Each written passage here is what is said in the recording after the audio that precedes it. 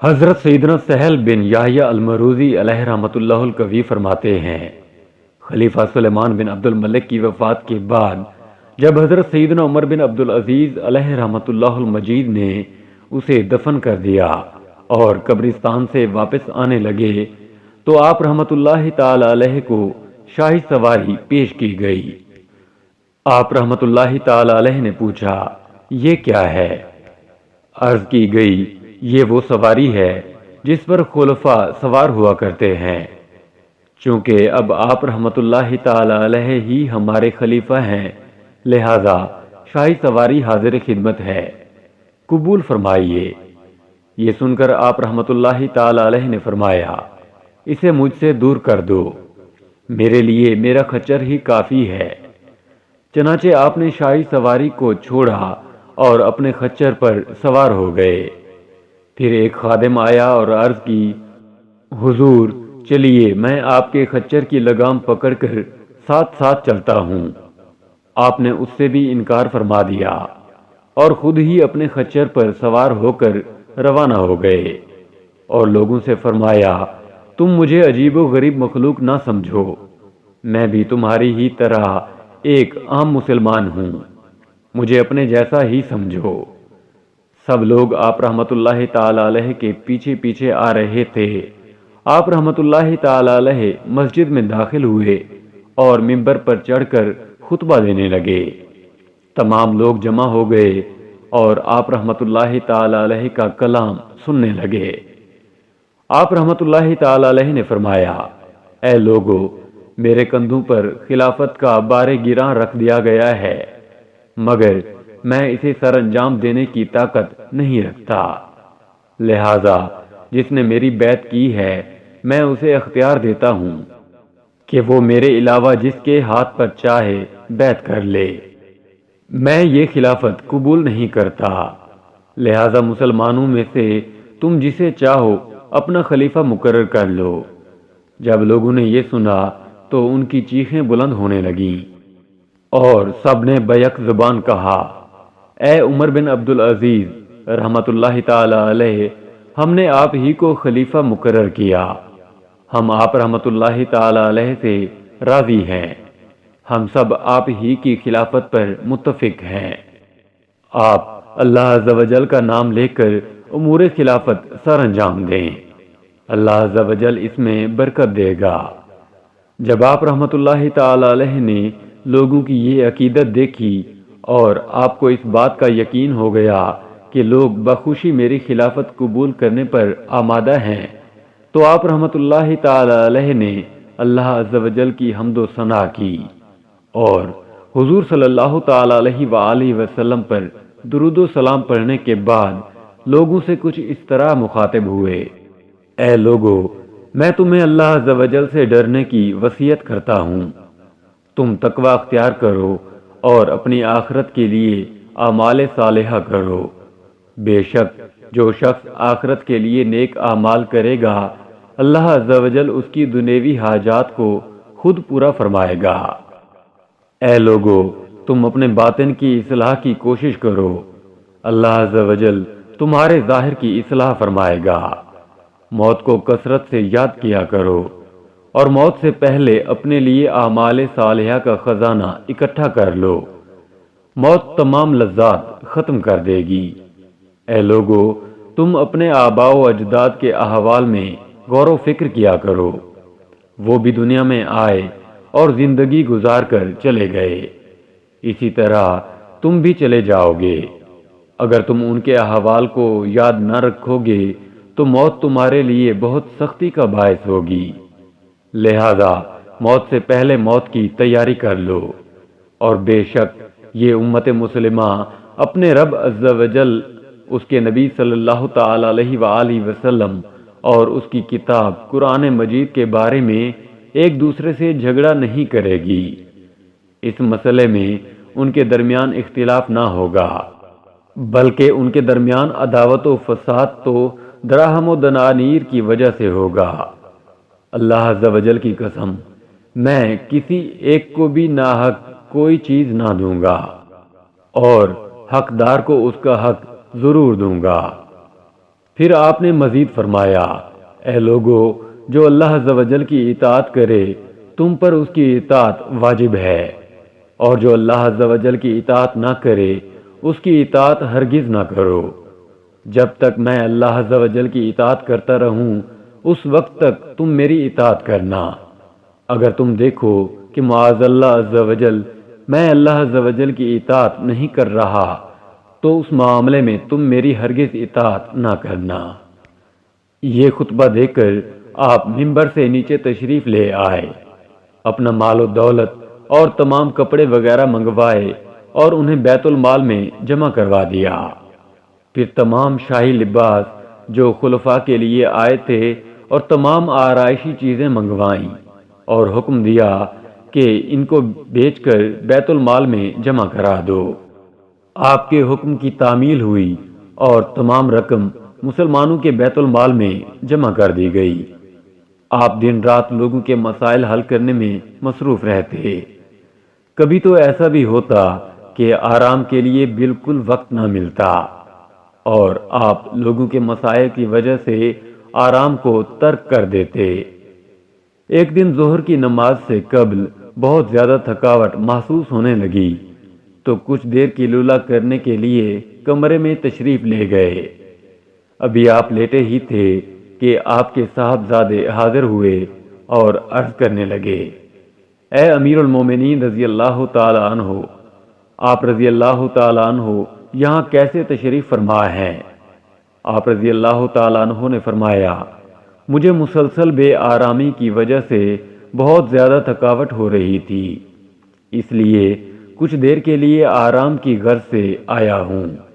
تو آپ رضی اللہ تعالیٰ عنہ کے صاحبزادے نے کہا، حضور، لوگ آپ رضی اللہ تعالیٰ عنہ کے منتظر ہیں اور مظلوم اپنی فریاد لے کر حاضر ہیں، اور آپ رضی اللہ تعالیٰ عنہ یہاں آرام فرما ہیں۔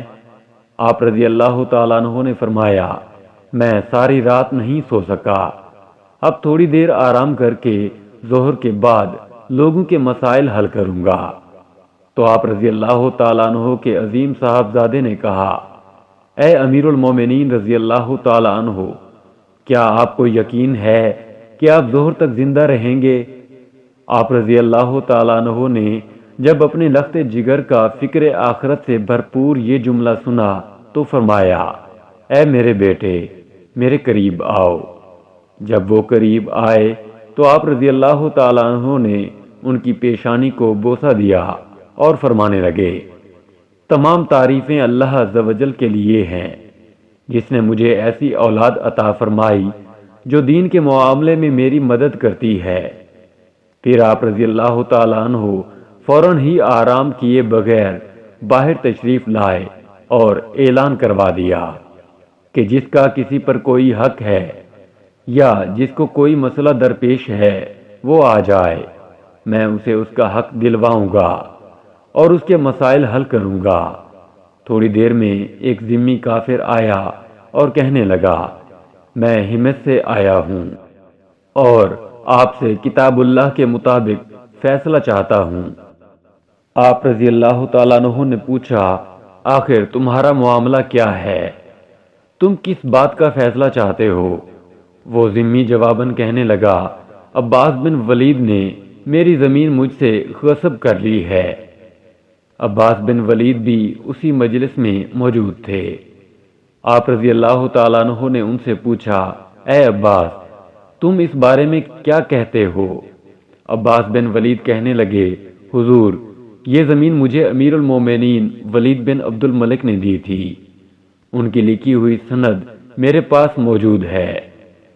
پھر آپ رضی اللہ تعالیٰ عنہ نے ذمی سے فرمایا، اے ذمی، تو اس بارے میں کیا کہتا ہے؟ اس کے پاس تو زمین کی ملکیت کی سند ولید بن عبد الملک کی طرف سے موجود ہے، جس کے مطابق یہ زمین عباس کی ملکیت میں ہے۔ ذمی کہنے لگا، اے امیر المومنین، میں آپ سے کتاب اللہ کے مطابق فیصلہ چاہتا ہوں۔ امیر المومنین حضرت سیدنا عمر بن عبدالعزیز رحمۃ اللہ تعالی علیہ نے فرمایا، ولید بن عبد الملک کی کتاب یعنی سند کی بجائے کتاب اللہ زیادہ لائق ہے کہ اس کی پیروی کی جائے۔ لہذا اے عباس تو یہ زمین اس ذمی کو واپس کر دے۔ چنانچہ آپ رضی اللہ تعالیٰ عنہ نے وہ زمین عباس بن ولید سے لے کر اس ذمی کو دلوائی۔ تب آپ رضی اللہ تعالیٰ عنہ کو قرار حاصل ہوا۔ اسی طرح جو بھی جائیداد اور زمین وغیرہ شاہی خاندان کے پاس ناحق موجود تھی وہ سب کی سب آپ رضی اللہ تعالیٰ عنہ نے ان کے حقداروں کو واپس کرا دی۔ جن لوگوں کے اموال ناحق مقبوض تھے سب ان کو واپس کر دیے گئے۔ آپ رضی اللہ تعالیٰ عنہ نے انتہائی عدل و انصاف کا مظاہرہ کیا اور شاہی خاندان کے پاس کوئی چیز بھی ایسی نہ چھوڑی جس پر کسی دوسرے کا حق ثابت ہو رہا ہو۔ جب آپ رضی اللہ تعالیٰ عنہ کے عدل و انصاف پر مبنی ان فیصلوں کی خبر عمر بن ولید بن عبد الملک کو پہنچی تو اس نے آپ رضی اللہ تعالیٰ عنہ کی طرف ایک مکتوب بھیجا اور آپ رضی اللہ تعالیٰ عنہ کو بہت زیادہ سخت الفاظ سے مخاطب کیا۔ چنانچہ اس نے لکھا، اے عمر بن عبد العزیز علیہ رحمت اللہ المجید، تم نے اپنے سے پہلے تمام خلفاء پر عیب لگا دیا ہے اور تم حد سے تجاوز کر گئے ہو۔ تم نے بغض و عناد کی وجہ سے اپنے پہلوں کے طریقوں کو چھوڑ دیا ہے اور ان کے خلاف چل رہے ہو۔ تم نے قریش اور ان کی اولاد کی میراث کو جبراً بیت المال میں داخل کر کے اللہ عز و جل کی نافرمانی کی ہے اور قطع رحمی سے کام لیا ہے۔ اے عمر بن عبد العزیز، اللہ عز و جل سے ڈرو اور اس بات کا خیال کرو کہ تم ظلم و زیادتی سے کام لے رہے ہو۔ اے عمر بن عبد العزیز، ابھی تمہارے پاؤں صحیح طور پر تخت خلافت پر جمے بھی نہیں اور تم نے ایسے سخت فیصلے کرنا شروع کر دیے ہیں۔ یاد رکھو تم اللہ عز و جل کی نگاہ میں ہو جو بہت جبار و قہار ہے۔ جب حضرت سیدنا عمر بن عبد العزیز رضی اللہ تعالیٰ عنہ کو اس کا یہ خط ملا تو آپ نے اس کو پڑھ کر اسی انداز میں اسے عدل و انصاف اور جرت ایمانی سے بھرپور خط روانہ کیا جس کا مضمون کچھ اس طرح تھا، بسم اللہ الرحمن الرحیم۔ اللہ عز و جل کے بندے عمر بن عبد العزیز کی طرف سے عمر بن ولید کو تمام تعریفیں اللہ عز و جل کے لیے ہیں جو تمام جہانوں کا پالنے والا ہے، اور سلام ہو تمام رسولوں پر۔ اما بعد، اے عمر بن ولید، مجھے تمہاری طرف سے جو مکتوب ملا ہے اس کا جواب اسی انداز میں لکھ رہا ہوں۔ اے عمر بن ولید، تو ذرا اپنے آپ کو پہچان کہ کس کی اولاد ہے۔ تو ایک ایسی لونڈی کے بطن سے پیدا ہوا تھا جسے ذبیان بن دیان نے خریدا تھا اور اس کی قیمت بیت المال سے ادا کی تھی، پھر اس نے وہ لونڈی تیرے والد کو تحفتاً دے دی تھی، اور اب تو اتنا شدید و سخت بن رہا ہے اور تو گمان کر رہا ہے کہ میں نے حدود اللہ نافذ کر کے ظلم کیا ہے۔ یاد رکھ وہ زمین اور جائیداد جو تمہارے خاندان والوں کے پاس ناحق تھی وہ میں نے ان کے حقداروں کو دیکھ کر ظلم نہیں کیا بلکہ اللہ عز و جل کی کتاب کے مطابق فیصلہ کیا ہے۔ ظالم تو وہ شخص ہے جس نے اللہ عز و جل کے احکام کا لحاظ نہ رکھا اور جس نے ایسے لوگوں کو گورنر اور بلند حکومتی عہدے دیے جو صرف اپنے اہل خانہ اور اپنی اولاد کا بھلا چاہتے ہیں، اور مسلمانوں کی مشکلات اور ان کے حقوق سے انہیں کوئی غرض نہ تھی اور وہ اپنی مرضی سے فیصلے کرتے تھے۔ اے عمر بن ولید، تجھ پر اور تیرے باپ پر بہت زیادہ افسوس ہے۔ بروز قیامت تم دونوں سے حق مانگنے والوں کی تعداد بہت زیادہ ہوگی۔ اس دن لوگ تم سے اپنے حقوق کا مطالبہ کریں گے، اور مجھ سے زیادہ ظالم تو حجاج بن یوسف تھا جس نے ناحق خون بہایا اور مال حرام پر قبضہ کیا، اور مجھ سے زیادہ ظالم و نافرمان تو وہ شخص تھا جس نے اللہ عز و جل کی حدود قائم کرنے کے لیے کرہ بن شریک جیسے شخص کو مصر کا گورنر مقرر کیا، حالانکہ وہ نرا جاہل تھا۔ اس نے شراب کو عام کیا اور آلات لہو و لعاب کو خوب پروان چڑھایا۔ اے عمر بن ولید، تمہیں مہلت ہے کہ جن جن کا حق تم پر ہے جلد ان کو واپس کر دو، ورنہ تمہارے اور تمہارے گھر والوں کے پاس جو بھی ایسا مال ہے کہ اس میں کسی غیر کا حق شامل ہے تو میں اسے حقداروں میں تقسیم کر دوں گا، اور اگر تم غور و فکر کرو تو تمہارے اموال میں بہت سارے لوگوں کا حق شامل ہے۔ اگر دنیا و آخرت کی بھلائی چاہتے ہو تو دوسروں کے حق واپس کر دو۔ والسلام علینا ولا سلام اللہ علی الظالمین، یعنی ہم پر سلامتی ہو اور ظالموں پر اللہ عز و جل کی طرف سے سلامتی نہ ہو۔